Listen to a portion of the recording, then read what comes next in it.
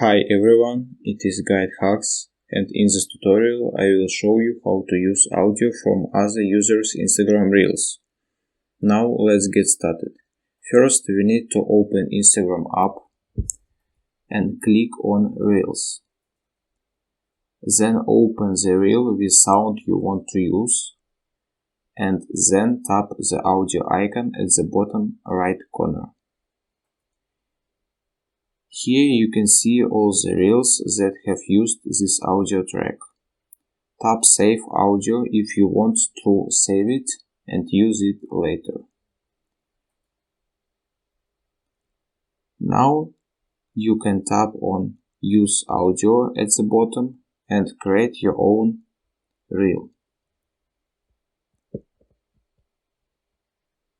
That's all. It was how to use audio from other users' Instagram Reels. Thanks for watching. If you find this video helpful, you can subscribe to our GuideHacks channel.